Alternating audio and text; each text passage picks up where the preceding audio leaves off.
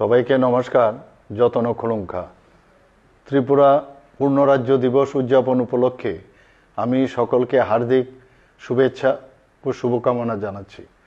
1972 সালের 21শে জানুয়ারি ত্রিপুরা পূর্ণরাজ্যের স্বীকৃতি লাভ করে দীর্ঘকাল রাজন্য শাসিত ত্রিপুরা 1949 সালের 15ই অক্টোবর ভারত ইউনিয়নে যোগদান করে।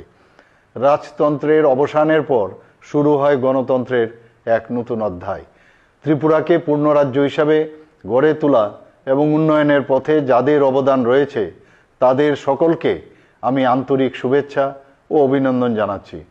উত্তর পূর্বে অষ্টলক্ষ্মীর এই রাজ্য ত্রিপুরার প্রাকৃতিক সৌন্দর্য, কৃষ্টি, সংস্কৃতি, ঐতিহ্য ও জনজাতিদের পরম্পরা আমাদের বৈচিত্র্যের মধ্যে ঐক্যকে প্রতিফলিত করে। ত্রিপুরায় রয়েছে চা, রাবার ও আগরসহ নানাবিধ প্রাকৃতিক সম্পদ, শক্তিপীঠ, মাতা ত্রিপুরী সুন্দরী মন্দির এবং নানা ধর্মীয় ও পুরাতাত্ত্বিক পর্যটন কেন্দ্র পর্যটকদের কাছে অত্যন্ত আকর্ষণ। মাননীয় প্রধানমন্ত্রীর অ্যাক্টিভ পলিসির ফলে ত্রিপুরা সহ উত্তর পূর্বাঞ্চল উন্নত যোগাযোগের ব্যবস্থার মাধ্যমে উন্নয়নের নানা দিক দিয়ে আজ এগিয়ে চলেছে।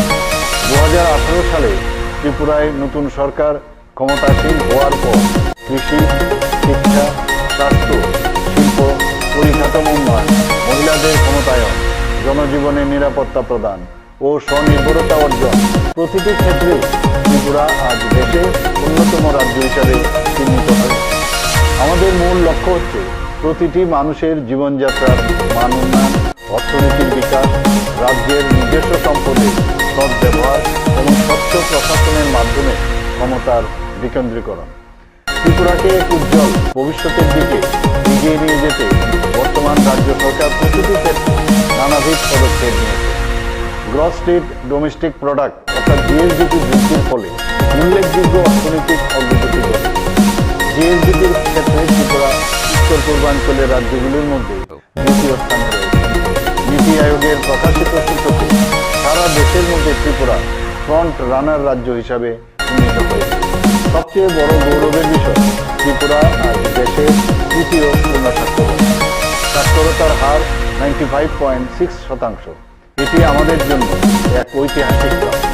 বিকশিত ভারত গড়ার লক্ষ্যকে সামনে রেখে মাননীয় প্রধানমন্ত্রী শ্রী নরেন্দ্র মোদীজির নির্দেশিত পথে আমরা উন্নততর রাজ্য গড়ে তুলতে অঙ্গীকার করি। সকলের অংশগ্রহণের মধ্য দিয়ে উন্নয়নের সর্বোচ্চ স্তরে আমরা পৌঁছে যেতে চাই। পূর্ণরাজ্য দিবসে সকলকে আন্তরিক